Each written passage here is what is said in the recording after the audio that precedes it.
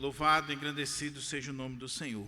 Meus irmãos, eu gostaria de convidar a igreja para juntos abrirmos a nossa Bíblia no livro do profeta Malaquias.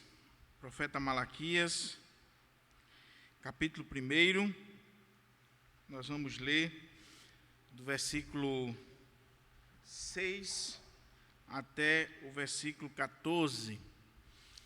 Para aqueles que nos visitam ou nos acompanham nas redes sociais, nós estamos em uma série de mensagens expositivas no livro do profeta Malaquias, e esta é a terceira mensagem que nós vamos ministrar neste livro tão precioso. Então, nós vamos dar sequência à exposição do livro do profeta Malaquias. Malaquias capítulo 1, versos 6 ao 14. Malaquias 1, 6 ao 14, a versão que nós utilizamos é a versão padrão da Igreja Presbiteriana do Brasil, que é Almeida Revista e atualizado. Amém? Diz assim a palavra de Deus: o filho honra o pai, e o servo ao seu senhor.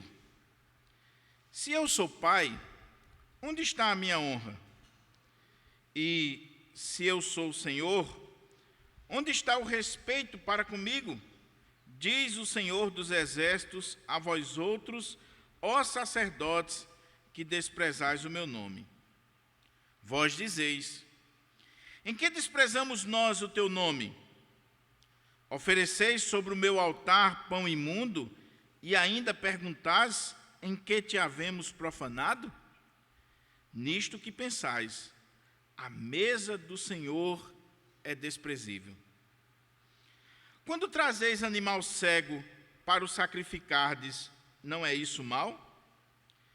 E quando trazeis o coxo ou o enfermo, não é isso mal? Ora, apresenta-o ao teu governador. Acaso terá ele agrado em ti e te será favorável?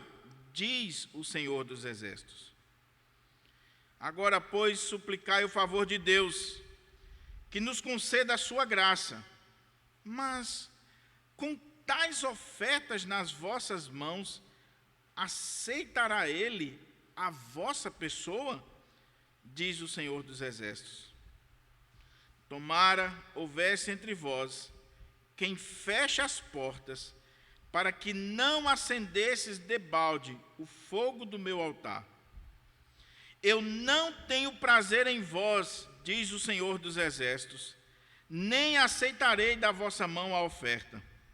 Mas, desde o nascente do sol até o poente, é grande entre as nações o meu nome, e em todo lugar lhe é queimado incenso e trazido ofertas puras, porque o meu nome é grande entre as nações, diz o Senhor dos Exércitos. Mas vós o profanais, quando dizeis: a mesa do Senhor é imunda, e o que nela se oferece, isto é, a sua comida, é desprezível. E dizeis ainda: que canseira! E me desprezais, diz o Senhor dos Exércitos. Vós ofereceis o dilacerado, o coxo e o enfermo. Assim fazeis a oferta. Aceitaria eu isso da vossa mão? Diz o Senhor. Pois, maldito seja o enganador, que tendo um animal sadio no seu rebanho, promete e oferece ao Senhor um defeituoso, porque eu sou grande rei, diz o Senhor dos Exércitos, o meu nome é terrível entre as nações. Vamos orar ao Senhor e vamos pedir a Ele que nos abra a porta à palavra, que fale o nosso coração, que nos revele aquilo que de especial há na sua palavra para todos nós. Pai, muito obrigado, Senhor.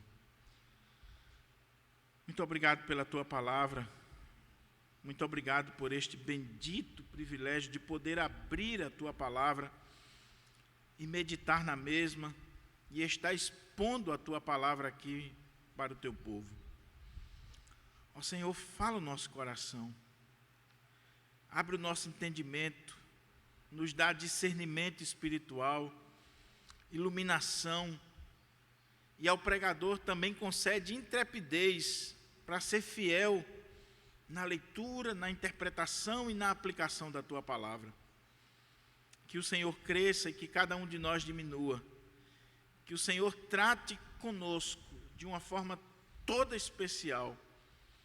Nos exorta, nos edifique, nos transforme para a glória do teu nome. E que as palavras dos meus lábios, o meditar do meu coração, sejam agradáveis na tua presença, ó Senhor, rocha minha e redentor meu. Amém. Amém. Por favor, mantenha a sua Bíblia aberta para que a gente possa considerar esse texto sagrado. O tema da mensagem nesta manhã, baseado neste parágrafo ou nesta perícope, talvez soe estranho aos seus ouvidos, mas nós vamos tentar explicar à medida que formos expondo o texto. O tema da mensagem é uma palavra aos clérigos e aos leigos. Uma palavra aos clérigos e leigos.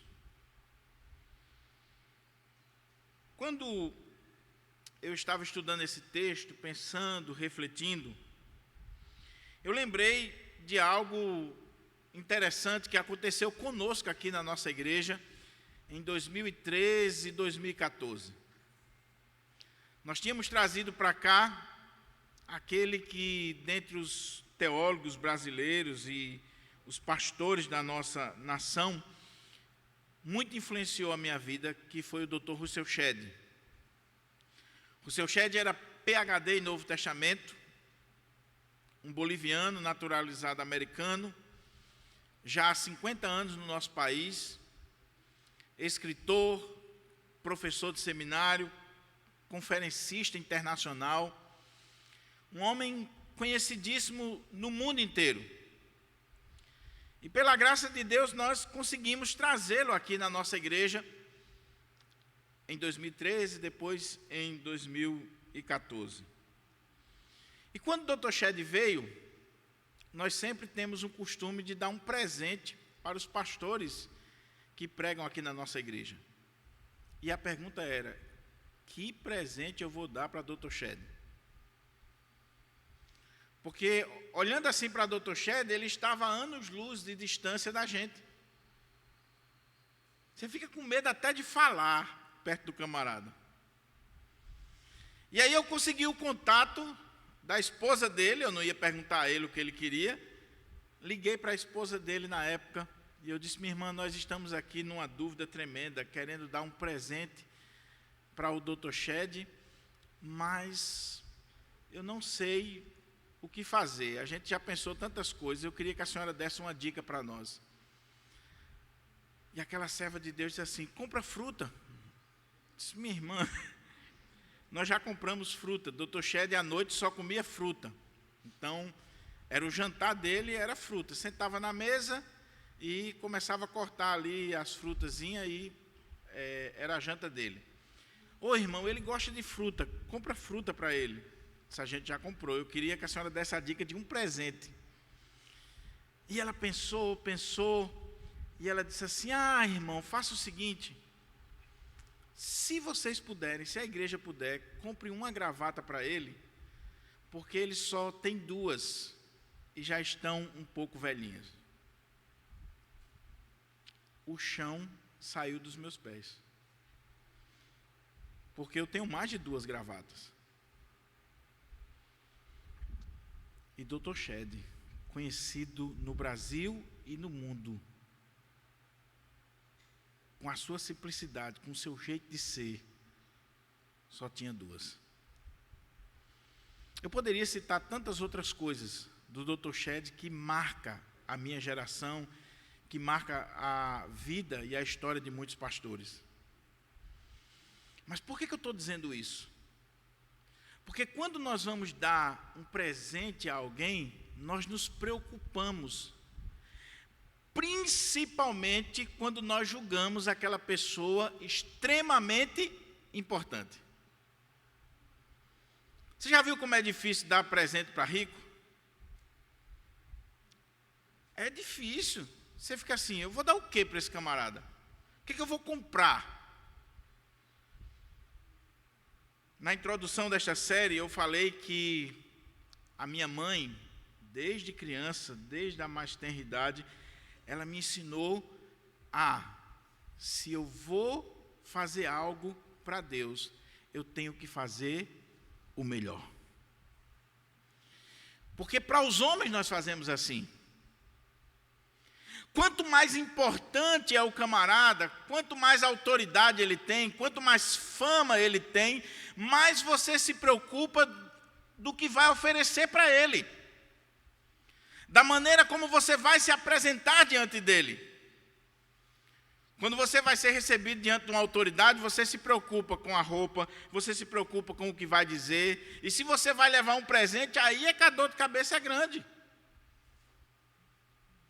Mas o que é interessante é que muitas vezes nós não paramos para refletir que, se por um lado nós devemos honrar o governador, o prefeito, o presidente da república, a autoridade civil ou eclesiástica, muito mais nós devemos honrar a Deus.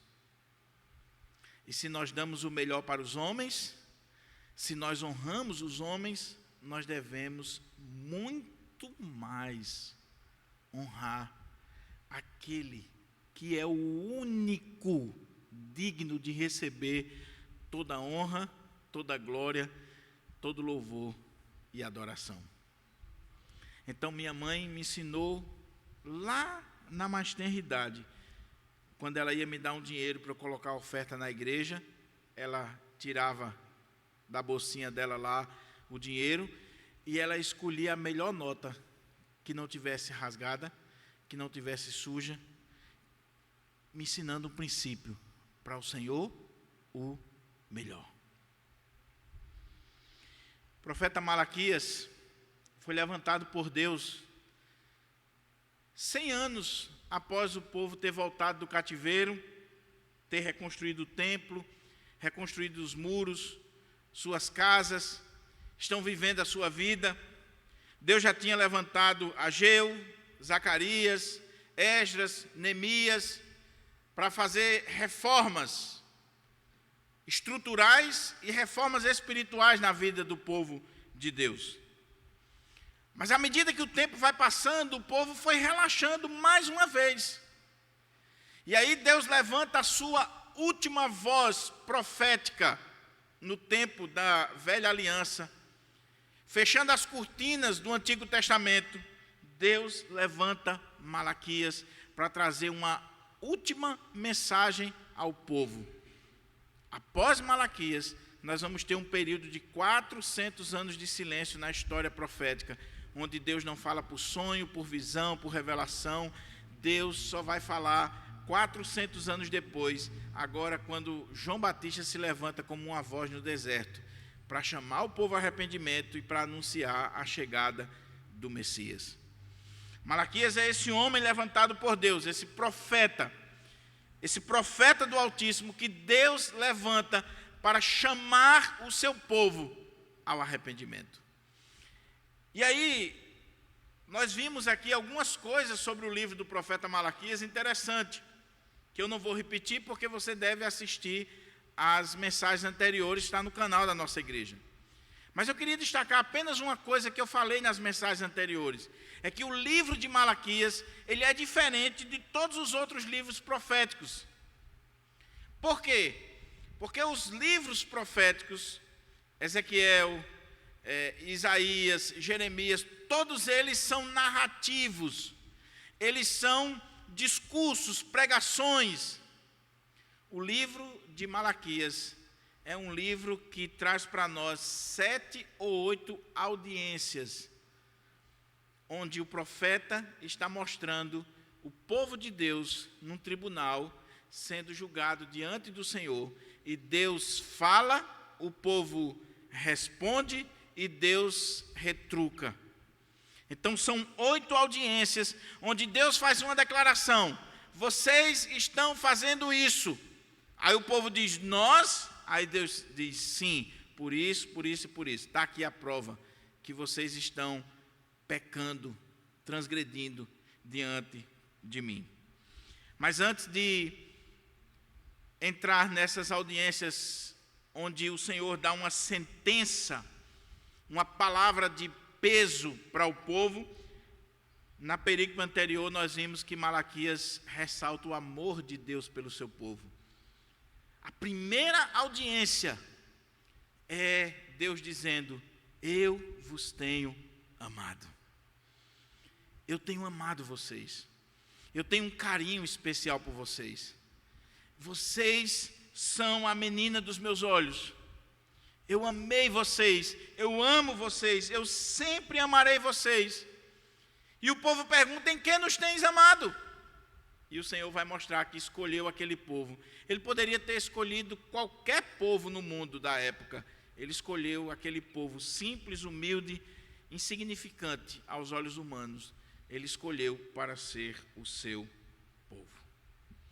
Mas aí vem a segunda audiência. A primeira audiência está aí do verso 2 ao verso 5, onde Deus declara o seu amor e Deus prova o seu amor. Mas a partir do verso 6, e aqui eu queria destacar pelo menos 3 coisas à guisa de introdução, para a gente entender esta perícope aqui, e eu preciso muito da sua atenção. A partir do verso 6 do capítulo 1, até o versículo 9 do capítulo 2, que é o que nós vamos pregar à noite, nós temos aqui mais uma audiência. Nós temos aqui mais uma vez o povo sendo colocado diante do Senhor, como estando num tribunal, e Deus vai levantar uma declaração, vai fazer uma afirmação a respeito do pecado daquele povo. Então, se você olhar o texto, apesar de eu ter lido capítulo 1, versos 6 ao 14, para ministrar essa primeira mensagem, mas o parágrafo, a perícope, a unidade de pensamento vai do capítulo 1, verso 6 ao capítulo 2, verso 9. Por quê? Porque quando você olha aqui, é a segunda coisa. O Senhor agora, nessa segunda audiência, ele se dirige aos sacerdotes. Capítulo 1, versos 6 ao 14 e capítulo 2, 1 a 9, Deus está se dirigindo agora aos sacerdotes de Israel. Se você olha para o texto, ele vai chamar os sacerdotes à responsabilidade. E por isso que eu coloquei o tema do sermão, uma palavra aos clérigos, aos sacerdotes, à liderança. Lembre-se, nós estamos aqui ainda no contexto da velha aliança e nós tínhamos ainda a figura do sacerdote. Aquele que representava o povo diante de Deus, que oferecia os sacrifícios e que tinha a responsabilidade de ensinar o povo a palavra de Deus, a lei de Deus, para que o povo pudesse oferecer um sacrifício, um culto ao Senhor da forma como ele queria, honrasse ao Senhor da forma como ele queria. E aí Malaquias, após ter se dirigido ao povo, de maneira geral, e inclui os sacerdotes, com certeza, ele agora, de forma específica, ele vai se dirigir à classe sacerdotal. E aqui, meus irmãos, eu não sei se você já parou para ver o impacto do que esse texto coloca. Porque Malaquias é um profeta. E profeta era alguém levantado por Deus no momento de crise, no momento em que o rei falhou, o sacerdote falhou, a instituição religiosa falhou, Deus levantava um homem, enchia ele do seu espírito, lhe dava a palavra, para que esse homem, como profeta de Deus, confrontasse a liderança institucionalizada de Israel. Imagina a coragem, imagina a responsabilidade que Malaquias tem nos seus ombros, de agora, em nome de Deus, confrontar não o povo, somente. Porque pregar para o povo, tranquilo. Mas ele agora vai confrontar a classe sacerdotal. Ele agora vai confrontar a liderança, a elite. Ele agora vai confrontar aqueles que estão no poder eclesiástico, que são a liderança do povo. Malaquias vai se levantar em nome do Senhor e vai trazer a palavra do Senhor para os sacerdotes, para os clérigos. Mas o tema do sermão é uma palavra aos clérigos e leigos, porque ele está falando aos sacerdotes, mas nós vamos ver no texto que essa palavra tem tudo a ver com o povo. Havia uma união espúria, havia aqui uma amálgama entre sacerdote e povo, entre clero e leigo, totalmente impura diante do Senhor. Se por um lado o sacerdote estava corrompido, é porque o povo também estava corrompido e vice-versa. Porque a igreja é a cara do seu pastor. Tal liderança, tal povo. Tal povo, tal liderança. Há um momento em que você não sabe quem está influenciando quem. Se o púlpito está influenciando os bancos ou se os bancos estão influenciando o púlpito e é reflexo um do outro. O que estava acontecendo aqui é que a liderança se vendeu, os sacerdotes se venderam ao povo. O povo estava trazendo animal cego, impuro, totalmente contrário à lei de Deus, e os sacerdotes, para manter o seu emprego, para manter a sua popularidade, fechavam os olhos e diziam: traz isso aí mesmo. Até porque estava tendo um momento de crise econômica, onde Deus estava cortando as colheitas, onde o povo estava começando a passar necessidade, e o sacerdote pensou assim: se a gente não receber pelo menos esse animalzinho cego, aleijado, esse povo não vai trazer mais nada e nós vamos ficar desempregados. E triste do pastor que se vender a uma situação como essa. Triste do pastor que ficar na mão de um grupo da igreja, de um conselho, de uma ajuda diaconal, de uma família importante, a ponto dele não mais poder pregar a palavra de Deus, porque ele está na mão do povo. Ele não é mais o representante de Deus, ele é representante de um grupo. E aí, para manter o status, para manter o seu emprego, ele vai negociar os valores absolutos do reino de Deus. Ah, pastor, mas essa pessoa aqui está apresentando um culto que Deus não requer. Essa pessoa está vivendo de uma forma que a palavra de Deus não manda. Feche os olhos. Daí Malaquias está falando com os sacerdotes, mas também com o povo, porque havia essa união. Terceira coisa, à guisa de introdução ainda, é que essa palavra, ela é dirigida ao sacerdote e ao povo. E o tema desta perícope aqui é culto. Meus irmãos, preste atenção isso que eu vou dizer, por favor. Não há nada mais sagrado, não há nada mais importante do que o culto ao Senhor. Que pena que algumas pessoas esquecem disso. O culto a Deus é tão importante que Deus legislou de forma detalhada, quer no Antigo Testamento, quer no Novo Testamento, a forma como ele deve ser adorado. Nos 10 mandamentos, Deus já coloca isso. A quem devemos adorar, como devemos adorar, quando devemos adorar, a maneira como nós vamos adorar, está tudo lá. Nós não podemos inventar culto. Nós vamos oferecer um presente para Deus. Eu tenho que ligar e dizer: Senhor, o que o Senhor gosta? Como é que o Senhor aceita a nossa oferta? Eu não posso dar para o Senhor algo que o Senhor não gosta. E aqui tem um princípio que eu não quero esquecer, já vou falar logo agora. Meu querido irmão, o culto não é para você. O culto não é para mim. O culto não pode ser pensado levando em consideração o homem, a plateia. Então, quando nós saímos do culto assim, a gente pergunta, e aí, o culto foi bom? E você diz, não, não prestou. Não prestou para quem? Para você? Ou para Deus? E aqui tem outra coisa, é que o centro do culto tem que ser Deus.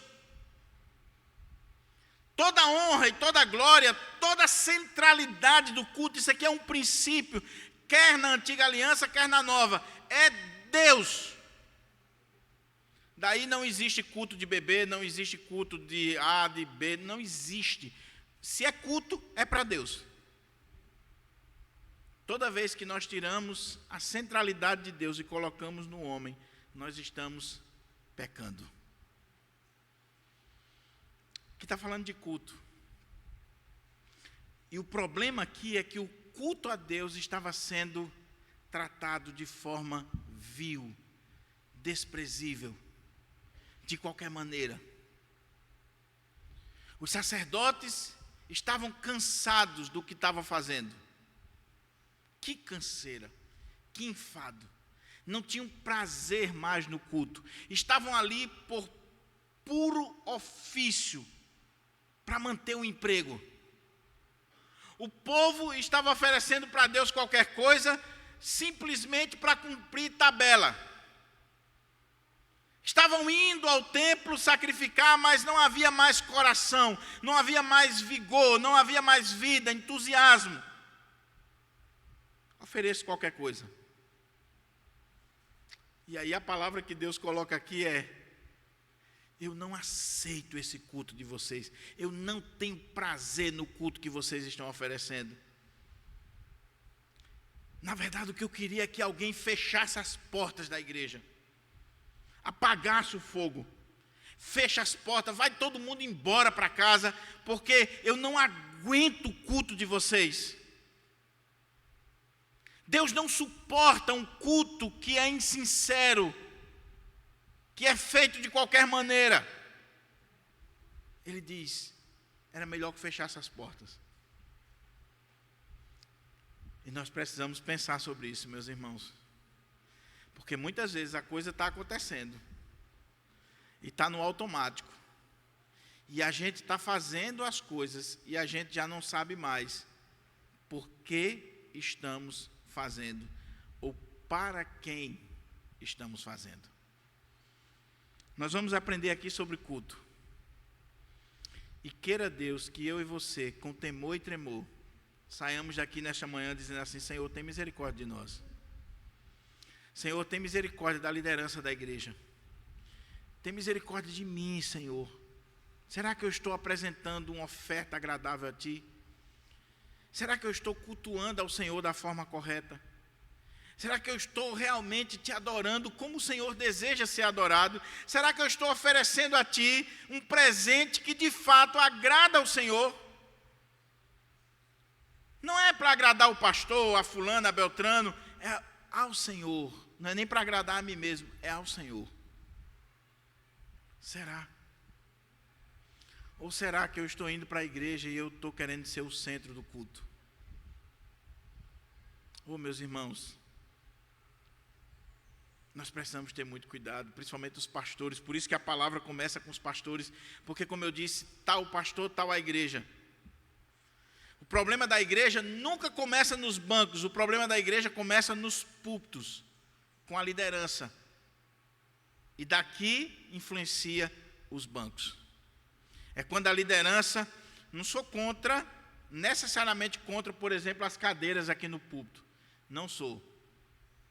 Mas nós tiramos as cadeiras aqui para que a igreja pudesse entender que o centro aqui não é o pastor Enoque, não é o pastor Diogo, não é o presbítero Tiago ou o presbítero A, B ou C. O centro da igreja do Pirangi tem que ser Jesus Cristo. E nós somos igreja. Tanto eu, como o pastor Romeu, como os presbíteros, o presbítero Rodrigo, o presbítero Tiago, a gente adora ir com vocês, sentado com vocês, para mostrar que nós somos igreja, igual a vocês. Nós não somos melhores ou piores, Nós somos igreja. Somos igreja. Mas em muitos locais aí, a cadeira do pastor é um trono, há todo um esquema, e o cara se senta ali como se fosse o rei. Ele é o centro do culto. Ele é o centro, e não Deus. Vamos para o texto e vamos pedir ao Senhor que, com temor e tremor no nosso coração, nós venhamos aprender aqui as lições sobre culto para a nossa vida. Lembre-se, é uma palavra aos clérigos, ou seja, aos sacerdotes, à liderança e aos leigos, aos membros da igreja. Deixa eu só fazer outra observação para a gente poder entrar no texto. Nós não temos mais sacerdote hoje.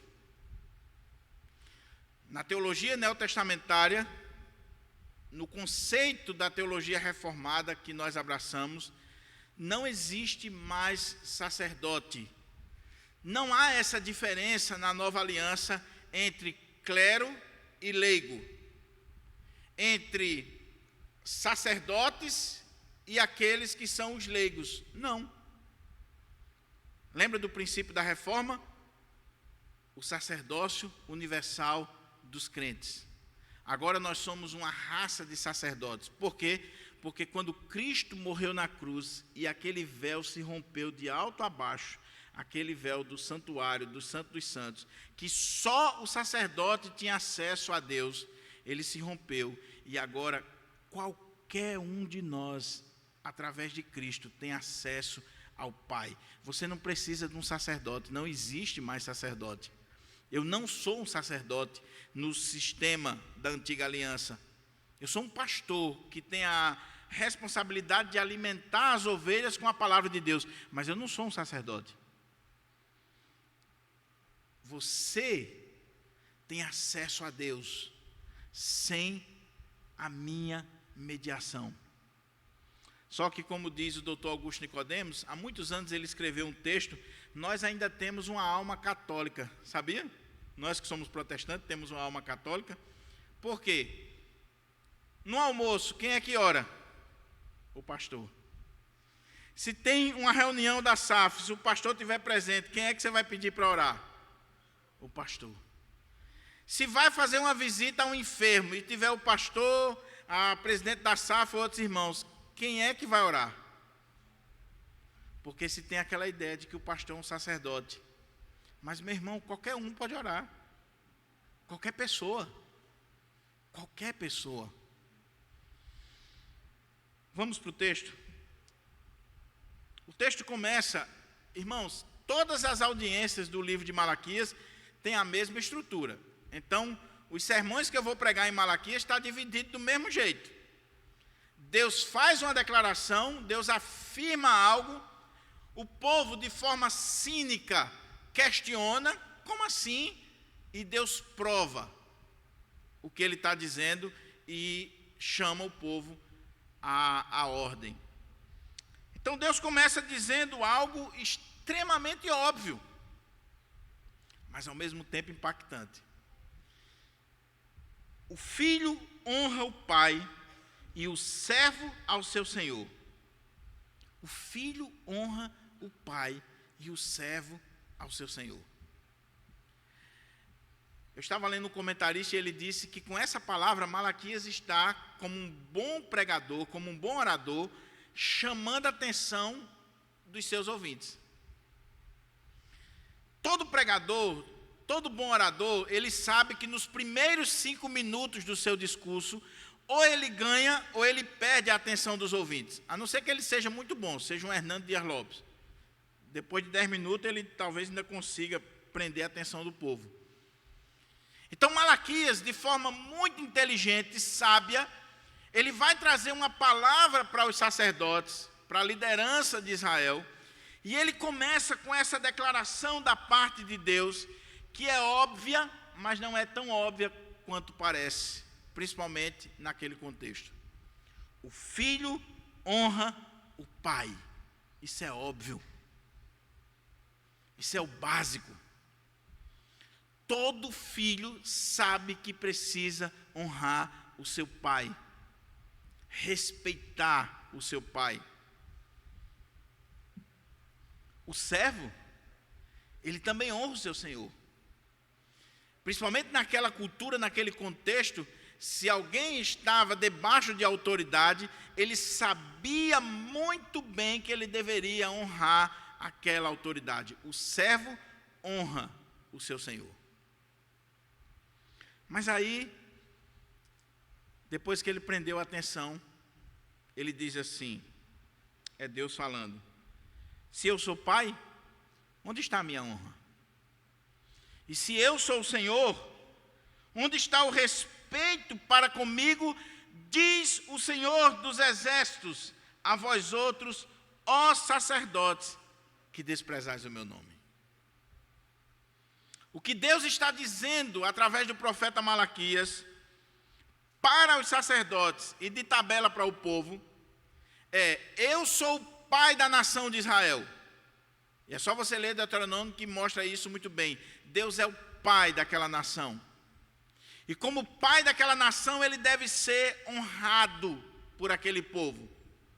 Mas não só isso, ele é o Senhor. E como Senhor, ele também deve ser honrado, temido e respeitado. Mas aí Deus pergunta: se eu sou o pai de vocês, se eu sou o Senhor de vocês, onde é que está o respeito para comigo? E aqui tem duas coisas interessantes. Primeiro, a relação de pai e filho é uma relação de amor. O respeito aqui tem como fundamento um amor puro, verdadeiro. O filho honra o pai por amor. A relação entre senhor e servo tem como fundamento exatamente esse respeito, esse temor que se deve à autoridade que está sobre nós. Então, a relação entre Deus e Israel, ela tem como fundamento essa filiação. Deus é pai, então eu tenho que honrar por amor. Mas ele também é Senhor, e eu tenho que respeitá-lo por causa do princípio da autoridade. Aqui tem um ponto interessante. Porque talvez hoje, na cultura da igreja evangélica brasileira, a gente destaca muito Deus como pai. E aí, pai, você tem intimidade, né? Não resta dúvida. Ele é o meu pai. Você tem uma relação de proximidade, fundamentada no amor, sem reservas. O filho não tem reservas com o pai. Não tem. Então há uma intimidade, há uma aproximação. Agora, o servo e senhor é diferente. Sabe qual é o problema da igreja brasileira? É que nós destacamos muito Deus como paizão e esquecemos que esse pai, ele também é Senhor, Senhor dos exércitos, o Rei dos reis, o Todo-Poderoso, aquele cujo nome é temível entre as nações. Então, cuidado, meu irmão, para você não confundir as coisas, principalmente no culto de adoração a Deus. Quando a gente está diante de Deus, nós estamos diante do Pai, sim. É o nosso Pai, é o Paizinho, é o Abba Pai. Mas isso não nos dá o direito de se dirigir a Ele de qualquer forma, de tratá-lo de qualquer maneira, porque esse Paizinho aqui, que a Bíblia coloca, que é o nosso Pai, Ele também é Senhor dos céus e da terra. Daí eu não posso tratá-lo de qualquer maneira, chamando de cara, o cara lá de cima. Jamais. Esse que é meu Pai é o Senhor absoluto dos céus e da terra. Isso muda a perspectiva de culto, de oração, de pregação, de tudo. Porque você nunca trata de forma desrespeitosa quem de fato é a autoridade sobre a sua vida. Quer um exemplo? Quantos aqui já responderam o pai e a mãe de forma brusca, ignorante? Já foram rebeldes com seu pai e sua mãe? Agora você chega no outro dia lá no trabalho, seu gerente lhe dá um rela daquele grande, mas como ele é autoridade sobre você, e você tem temor, não é amor, é temor de perder o emprego, e você reconhece a autoridade, você baixa a cabecinha e fica quieto. Porque você viu que aquela pessoa tem autoridade sobre você. Você mede as palavras. Você não sobe o tom. Você tem reservas. Deus está dizendo: eu sou o pai de vocês. Mas não só pai. Eu sou o Senhor de vocês. E se vocês me têm como pai e como Senhor, onde está o respeito para comigo? Que relação é essa que vocês estão tendo comigo? Essa relação de amor e de temor, essa relação de aproximação e de respeito. Como é que está essa relação? E ele vai se dirigir aos sacerdotes. Ele está dizendo: o filho honra o pai e o servo ao seu senhor. Se eu sou pai, onde está a minha honra? Se eu sou o Senhor, onde está o respeito para comigo? Aí ele diz assim: diz o Senhor dos exércitos. Se você olhar no capítulo 1 de Malaquias, por mais de 5 vezes aparece a expressão Senhor dos exércitos, Senhor dos exércitos, Senhor dos exércitos. Ou seja, você não está diante de qualquer um, não. E essa expressão Senhor dos exércitos Ele é Senhor dos exércitos dos céus, os anjos, dos exércitos da criação, as estrelas, os astros. Ele é Senhor dos exércitos humanos. Ele é Senhor dos exércitos. Aí ele diz: ó sacerdotes, que desprezais o meu nome. Irmãos, por que ele está se dirigindo de forma direta aos sacerdotes? Porque o sacerdote conhecia a lei, tinha a responsabilidade de expor a lei para o povo. O sacerdote sabia, à luz de Deuteronômio, à luz do Pentateuco, que Deus é pai de Israel. E como pai de Israel, Israel deveria honrar a Deus como pai. Mas eles também sabiam, à luz do mesmo livro, da mesma coletânea da lei, que esse pai é Senhor. E como Senhor, o povo devia obediência a Ele. Tinha que ter temor, tinha que ter respeito, tinha que ter obediência a Ele. Mas o que o sacerdote estava fazendo? Não estava ressaltando para o povo de Deus. E a gente vai ver isso na próxima mensagem. Nem que Deus era Pai, nem que Deus era Senhor. Estavam negando a palavra de Deus para o povo. Por conveniência, para não machucar ninguém. O povo estava rebelde, o povo estava agindo como queria, e o sacerdote não estava chamando a atenção. Dizia: ei, peraí, vem cá. Deus é seu pai. Que forma é essa? É assim que se trata um pai? Ei, Deus é Senhor. É assim que se trata um Senhor? Mas não.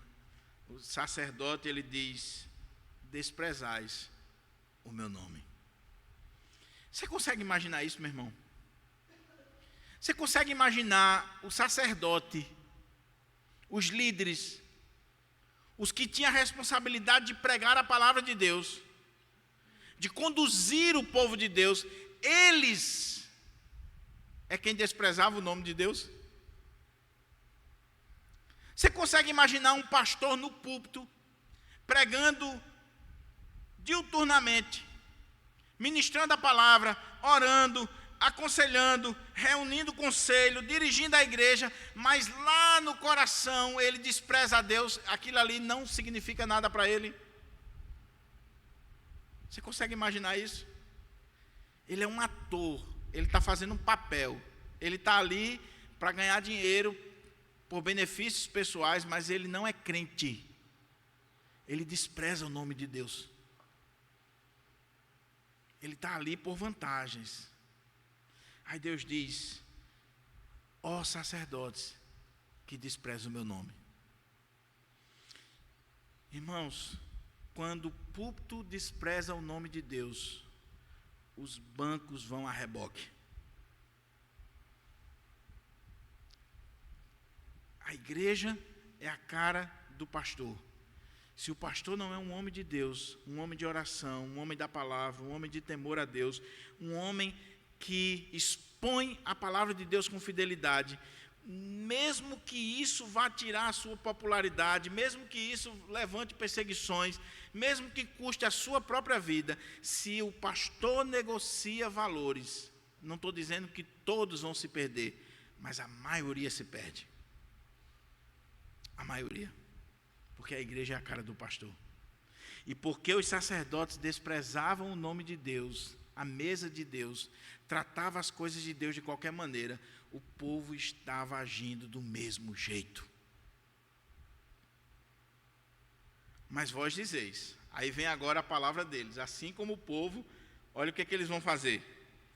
Mas vós dizeis, em que desprezamos o teu nome? Olha o cinismo. Desculpa a cara de pau. É uma cara de pau desses caras. Dizendo assim, em que, Senhor? Estamos desprezando o Senhor em quê? É Deus que está falando. Deus é quem está levantando o profeta para dizer, vocês estão desprezando o meu nome, ó sacerdotes. Vocês não estão me honrando nem como Pai, nem como Senhor. E aí Malaquias chega e prega, e diz, e eles de forma cínica, diz assim, em que nós estamos desprezando o nome do Senhor? Todo domingo eu estou na igreja, eu cumpro minhas tarefas direitinho, eu estou lá, estou celebrando, estou aconselhando, estou pregando. Aí Deus diz assim, ofereceis sobre o meu altar pão imundo, e ainda perguntais em que te havemos profanado? Nisto que pensais, a mesa do Senhor é desprezível. Meus irmãos, que coisa séria isso aqui. Senhor, estamos desprezando o teu nome em que, Senhor? Ele diz, vocês estão oferecendo sobre o meu altar pão imundo, impuro. Havia toda uma legislação no Antigo Testamento de como os sacrifícios deveriam ser feitos. O sacerdote, ele tinha por obrigação ensinar ao povo. Ele estava lá ensinando a lei. E quando o povo trazia o animal, trazia os seus sacrifícios, as suas ofertas, ele tinha por obrigação que observar um por um para poder sacrificar. Opa, esse animal aqui é impuro, de acordo com o texto tal, assim, assim, assim, assim. Deus disse que esse aqui não pode. Então, não, mas eu trouxe de coração, mas não pode.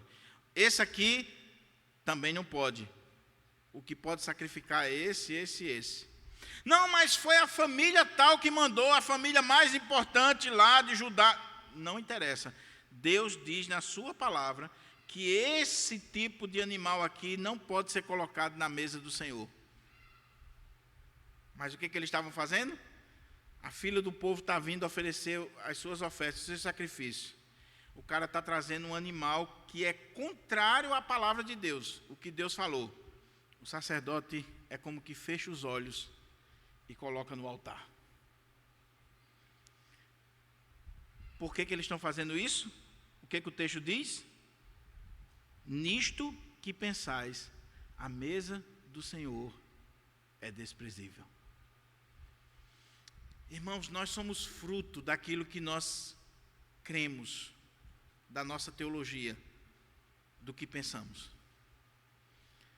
Aqueles sacerdotes, eles estavam tão corrompidos, que lá na mente, lá no coração, não é que eles pregavam isso para o povo, não. Nisto que pensais, era o que eles pensavam. E o pensamento determina a atitude, a vida. Então eles pensavam assim, espera aí, nós estamos em um templo que é risível, não tem a beleza do templo de Salomão. O Senhor disse que ia restaurar o templo, não restaurou. Então essas 4 paredes aqui não chegam nem perto do templo de Salomão. Nós não temos mais aqueles grandes corais, nós não temos mais toda aquela pompa lá do Antigo Testamento. Tudo agora é muito simples. Então, a gente pode tratar as coisas de Deus de qualquer maneira.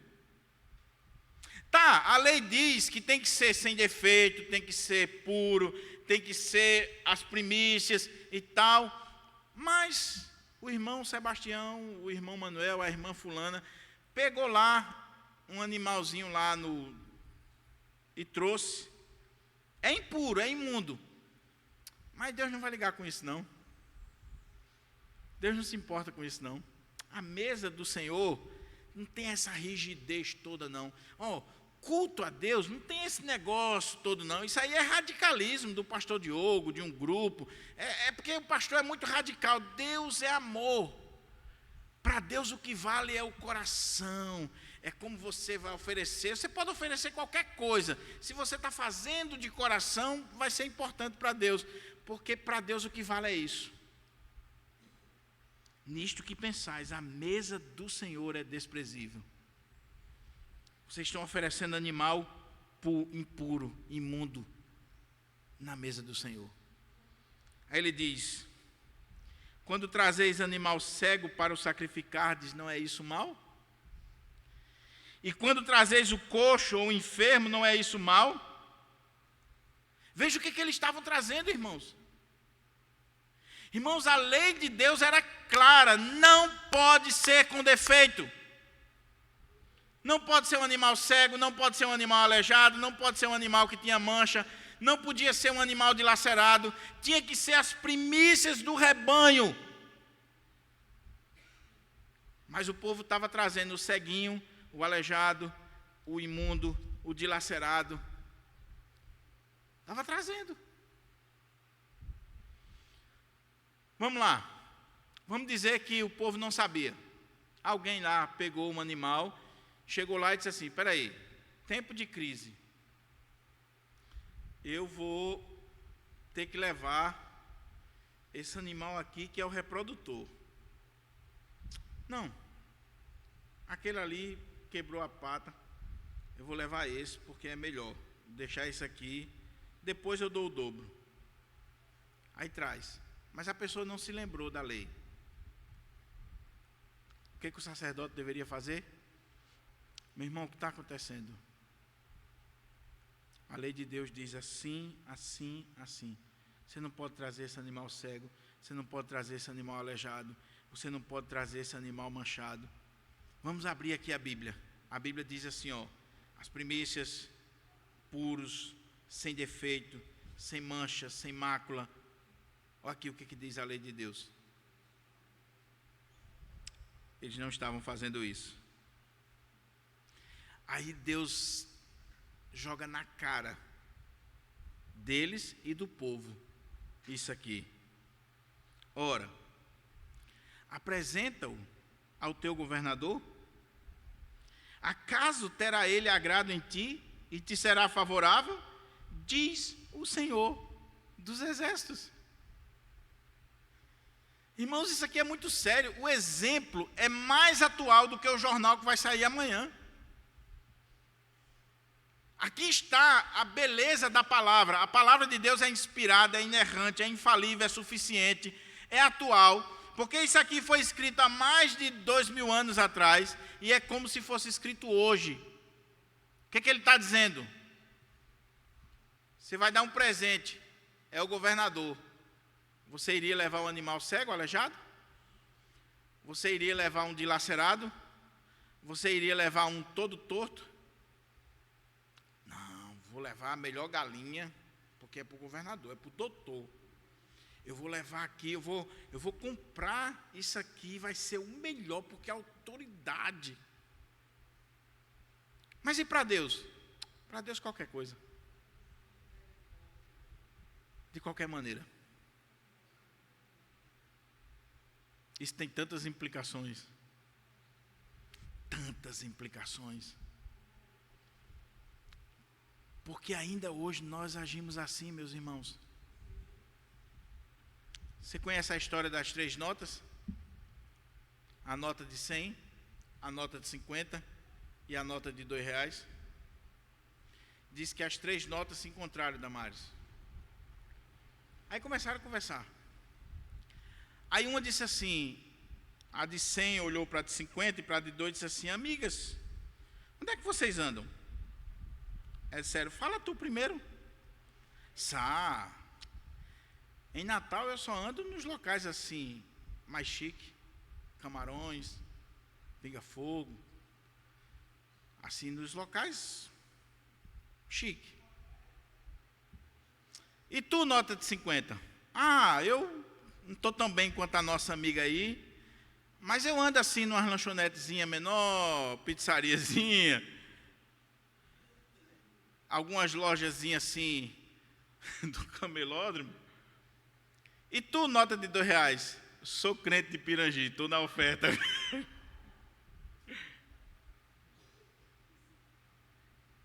É cômico, mas muitas vezes deveria nos fazer refletir e chorar. Porque às vezes nós estamos dando para Deus o resto, a sobra, o que não serve, que a gente não daria para o governador, não daria para o chefe do setor que eu trabalho, não daria para o patrão, não daria para a autoridade civil, não daria. Irmãos, igreja é um problema. Vamos trazer coisa para o bazar. Camisa marcada com ferro, rasgada. Muitas vezes comida estragada, está perto de vencer. Na casa dele ele come o feijão de primeira, mas ele traz o de terceira. Lá no Consciência Cristã, na abertura lá do Consciência Cristã, o pastor Hildo estava dizendo um projeto esse ano lá de levantar alimentos, toneladas de alimentos. Pelo que eu vi, no segundo dia lá, não tinha nem 10 quilos. Deus queira que o povo tenha atendido o chamado. Mas ele disse assim: por favor, meu irmão, não traga sal e vitamilho somente, não.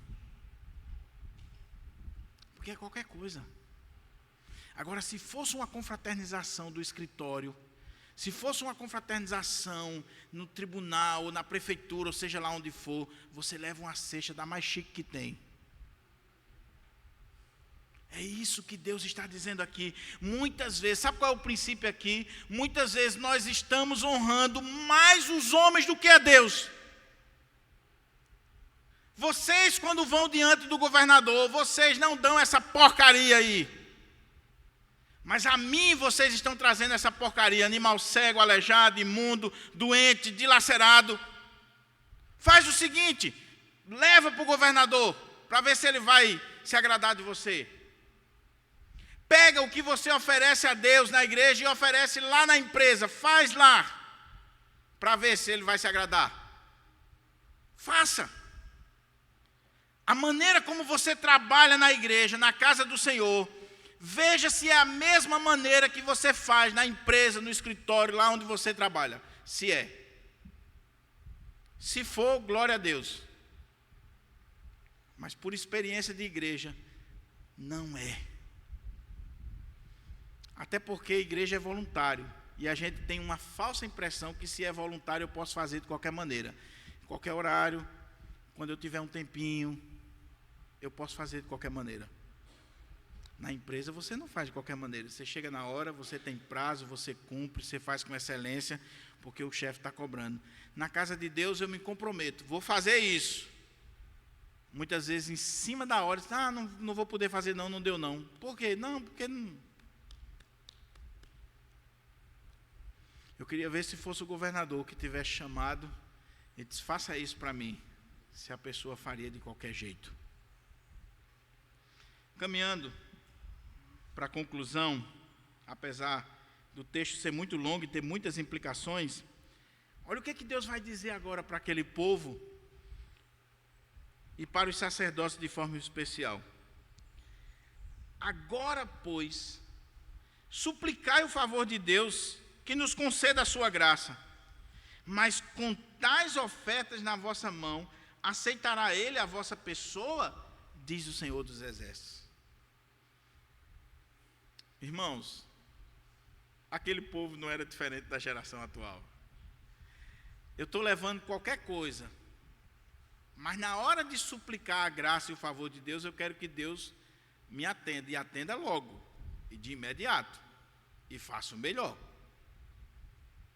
Aí ele diz: ok, traga as ofertas. Tem duas formas de interpretar aqui. A primeira seria essa, que ele diz assim: agora, pois, suplicai o favor de Deus que nos conceda a sua graça. Mas com tais ofertas na vossa mão, aceitará ele a vossa pessoa, diz o Senhor. A primeira ideia seria o seguinte: Deus dizendo assim: ok, traga a oferta. Traga o animalzinho cego, o aleijado e tal, traga. Agora, quando você for suplicar o favor de Deus, Ele vai aceitar da vossa mão isso aqui? Ele vai responder você? Vocês estão suplicando. Vocês estão oferecendo qualquer coisa. Você quer qualquer coisa de Deus? Ou você quer que Ele atenda a sua súplica com o melhor? A outra possibilidade é que o texto pode estar dizendo assim: vocês estão trazendo isso, e ao mesmo tempo, quando vocês estão orando, vocês estão suplicando o favor de Deus, querendo o melhor de Deus, mas a pergunta é: com tais ofertas nas vossas mãos, aceitará Ele, preste atenção o texto, a vossa pessoa? Guarde isso aqui, meu querido, por favor. Antes de Deus aceitar a nossa oferta, o nosso culto, o nosso louvor, a nossa adoração, Deus primeiro nos aceita. O adorador precede a adoração.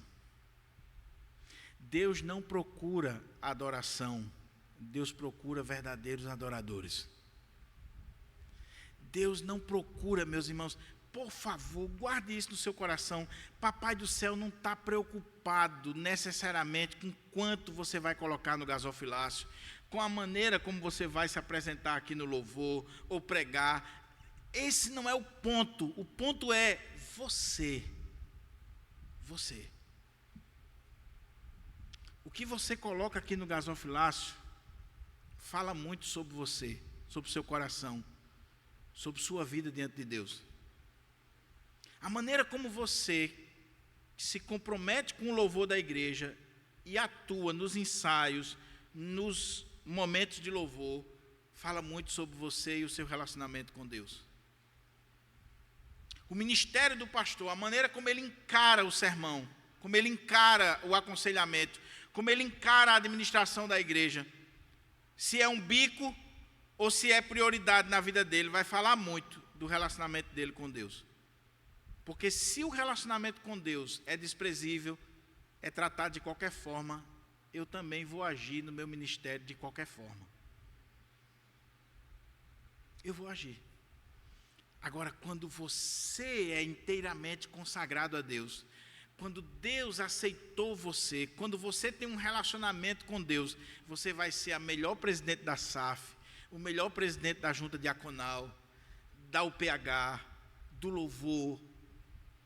Se você for escolhido para trazer a palavra de Deus, você vai passar a semana orando, estudando, se preparando para fazer o melhor, independente de quantas pessoas estejam ali, se é 10, se é 20, se é 20 mil, porque você está fazendo para Deus.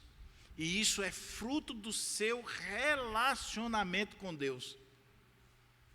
Ele está dizendo: olha, será que Ele vai aceitar vocês? Então pense nisso, querido. Antes de você dizimar, antes de você ofertar, antes de você fazer qualquer coisa na casa do Senhor, pergunta assim: será que eu sou uma oferta agradável a Deus? A minha vida. Lembra daquela ilustração que o pastor Enoque sempre contava aqui na igreja? O pastor fez um desafio de oferta na igreja, colocou um balaio e disse que os irmãos deveriam trazer uma oferta, o seu melhor para Deus. E todo mundo indo lá colocando as ofertas. Aí disse que um menino veio e pulou dentro do balaio. E o pastor: o que é isso, menino? Ele disse: não, eu sou a oferta. Eu quero dar a minha vida para Deus. É isso que ele está dizendo aqui. Aqueles sacerdotes estavam fazendo a obra de Deus, mas eles não estavam mais dentro do balaio consagrado. era cumprir tabela. Agora, pois, suplicai o favor de Deus que nos conceda a sua graça, mas com tais ofertas nas vossas mãos, aceitará Ele a vossa pessoa. Se você gosta de marcar a Bíblia, marque aí. Aceitará Ele a vossa pessoa. Aí olha a afirmação de Deus agora. Tomara houvesse entre vós quem feche as portas, para que não acendesses debalde o fogo do meu altar. Eu não tenho prazer em vós, diz o Senhor dos Exércitos, nem aceitarei da vossa mão a oferta. Irmãos, quando o culto é insincero, quando o culto é só teatro, é só apresentação, é só algo exterior, sem vida, sem entusiasmo, sem consagração do nosso ser, Deus disse assim: eu preferia que fechasse as portas. Não esqueça, estava tudo funcionando. Tinha culto todo dia. O culto na antiga aliança era os sacrifícios. Era feito de manhã, de tarde, de noite. Estava rolando. Os sacerdotes estavam lá.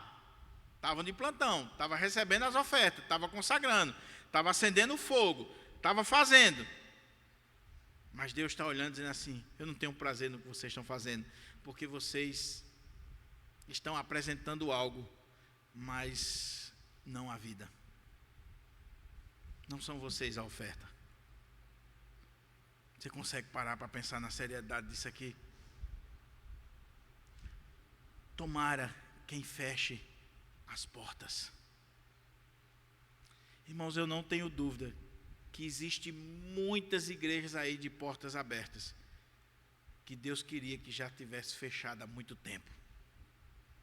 O último que sair apaga a luz, porque vocês já não estão cultuando a mim. Eu não tenho mais prazer em vocês. A coisa mudou, o foco mudou.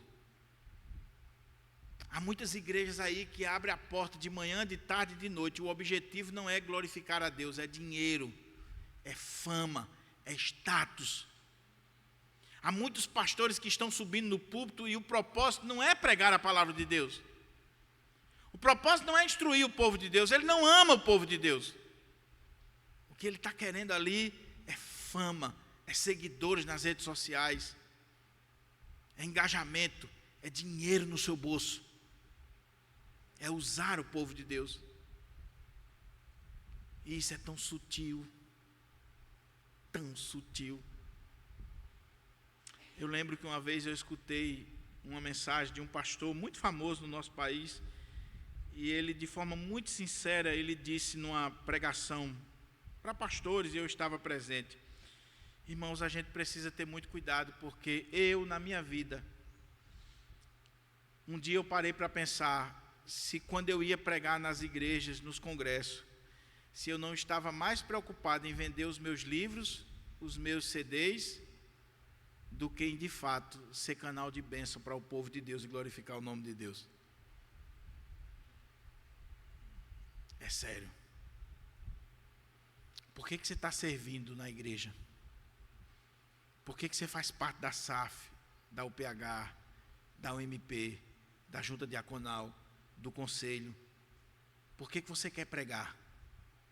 Por que você quer dirigir o culto? Por que você quer cantar? Por que você quer? É para a glória de Deus?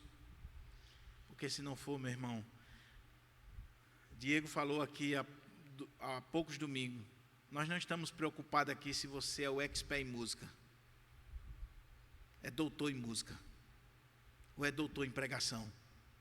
Nós queremos ver se você encara isso aqui como um ministério da sua vida.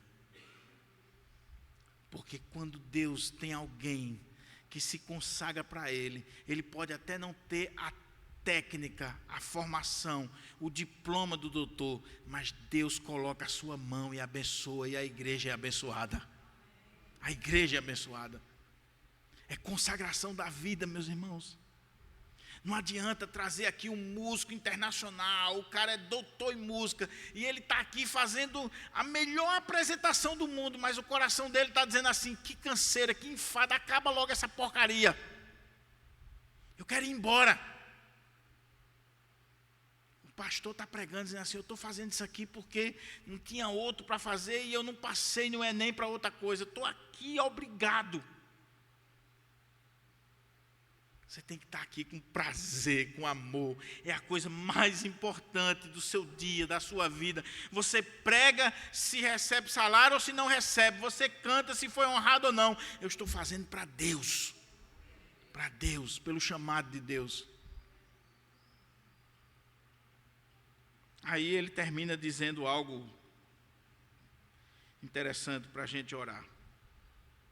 Mas desde o nascente do sol até o poente é grande entre as nações o meu nome, e em todo lugar lhe é queimado incenso e trazido ofertas puras, porque o meu nome é grande entre as nações, diz o Senhor dos Exércitos. Mas vós o profanais quando dizeis, a mesa do Senhor é imunda, e o que nela se oferece, isto é, a sua comida é desprezível. E dizeis ainda, que canseira. Quem é que está dizendo isso aqui? O sacerdote. O sacerdote está dizendo assim, que canseira, que enfado, e me desprezais, diz o Senhor dos Exércitos, vós ofereceis o dilacerado e o coxo e o enfermo, e assim fazeis a oferta, aceitaria eu isso da vossa mão, diz o Senhor dos Exércitos. Pois maldito seja o enganador, que tendo um animal sadio no seu rebanho, promete e oferece ao Senhor um defeituoso, porque eu sou grande rei, diz o Senhor dos Exércitos, o meu nome é terrível entre as nações. Para a gente concluir, sabe o que Deus está dizendo para aquele povo? E esse é um dos textos difíceis de Malaquias. Tem alguns textos difíceis em Malaquias, que quando você está estudando, você tem que quebrar a cabeça. E não é fácil, né, Guto? Quando o texto assim tem linhas diferentes de interpretação.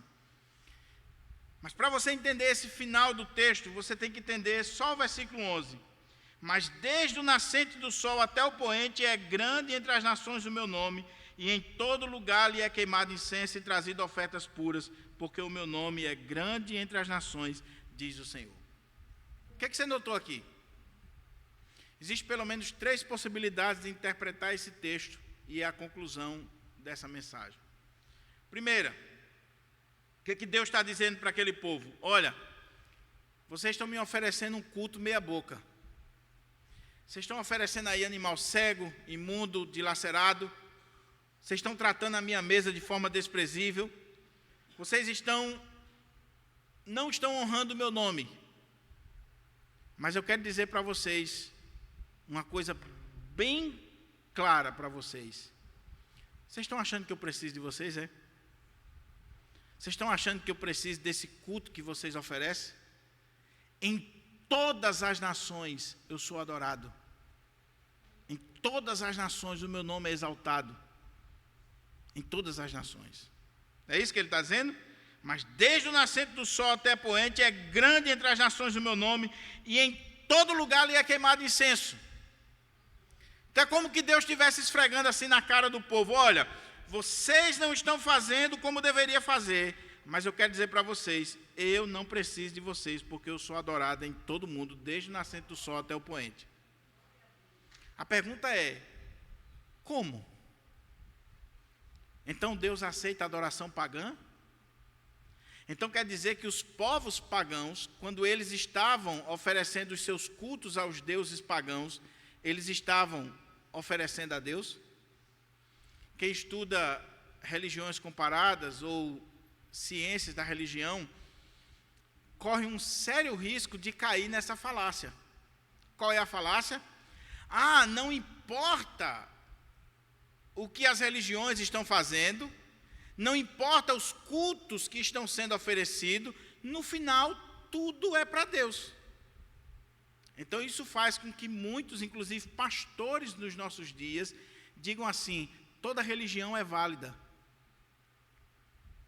Todo ato de culto é válido, porque no final é para Deus. Então eles vão usar esse texto aqui que Deus estaria dizendo, em todas as nações, quando é queimado incenso, mesmo que seja queimado para os ídolos, para os pagãos, é a mim que está sendo queimado indiretamente. Quando o índio está adorando lá as suas divindades, por ele não ter conhecimento de Deus, ele está adorando a Deus através daquela divindade. Isso é uma falácia, isso é um erro. A outra possibilidade é que ele está dizendo aqui, em todas as nações me é queimado incenso e eu sou adorado, porque não foram todos os judeus que voltaram do cativeiro para Judá.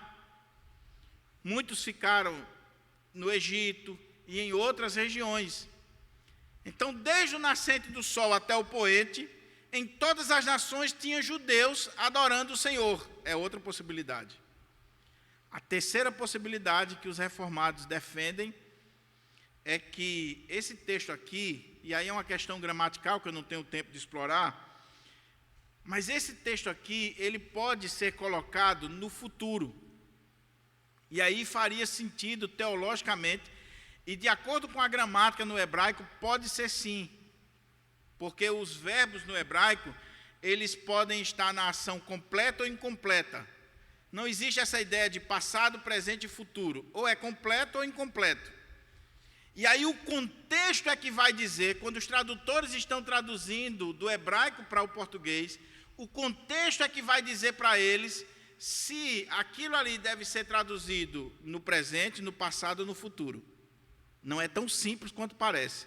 Então, se esse texto for traduzido no futuro, como algumas versões bíblicas fazem, e não está errado, provavelmente é exatamente a maneira como deve ser traduzido, aí o texto começa a fazer sentido, inclusive para nós. Porque o que é que Deus está dizendo? Hoje vocês estão me adorando assim, mas haverá um dia em que do nascente do sol ao poente, em todas as nações, será queimado incenso ao meu nome, eu serei adorado da forma correta. Malaquias é um profeta, ele está profetizando a era messiânica, a vinda de Jesus, onde, lembra do que diz a Bíblia? Todos os povos, línguas e nações estarão diante do Senhor, adorando ao Senhor. Ele está falando da igreja aqui, do povo de Deus na nova aliança. E aí o ponto aqui, meus irmãos, é: vocês estão dizendo que canseira, que enfado, vocês estão menosprezando, vocês estão fazendo tudo isso. Mas entenda, em todas as nações eu serei adorado. Agora, maldito seja o enganador, que tendo um animal sadio no seu rebanho, promete e oferece ao Senhor qualquer coisa. Eu concluo, meus irmãos, com apenas 3 aplicações para a gente orar. Primeiro, meu querido irmão, qual é a sua visão de Deus? Quem é Deus para você? Ele é o Senhor dos exércitos? Ele é o Deus grande e temível? Ele é o Senhor absoluto? Porque a nossa visão de Deus vai determinar a maneira como a gente chega diante dele. Ele é Pai, mas Ele é Senhor, Senhor dos exércitos. E Ele termina dizendo: grande e temível é o meu nome. Então a visão que você tem de Deus vai determinar a sua oferta, sua vida, seu louvor, sua pregação, sua maneira de trabalhar. Segunda aplicação: você tem oferecido o seu melhor para Deus? Irmãos, culto a Deus, existe o culto que nós prestamos aqui na liturgia, e nós devemos oferecer o melhor. Por isso que não pode ser qualquer um que vai cantar, não pode ser qualquer um que vai pregar, não pode ter aquela ideia: ah, fulano não sabe cantar, mas é para o Senhor, qualquer coisa serve. Não, Senhor. Se você está servindo ao Senhor e à igreja, tem que ser o melhor. Se você não sabe, canta aí no banco, mas quem está aqui na frente está prestando um serviço.